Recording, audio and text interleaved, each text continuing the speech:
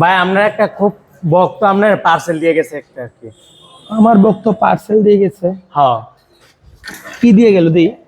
দেখেন খুলে। হ্যাঁ রে, কি পার্সেল আছে? বিসমিল্লাহির রহমানির রহিম।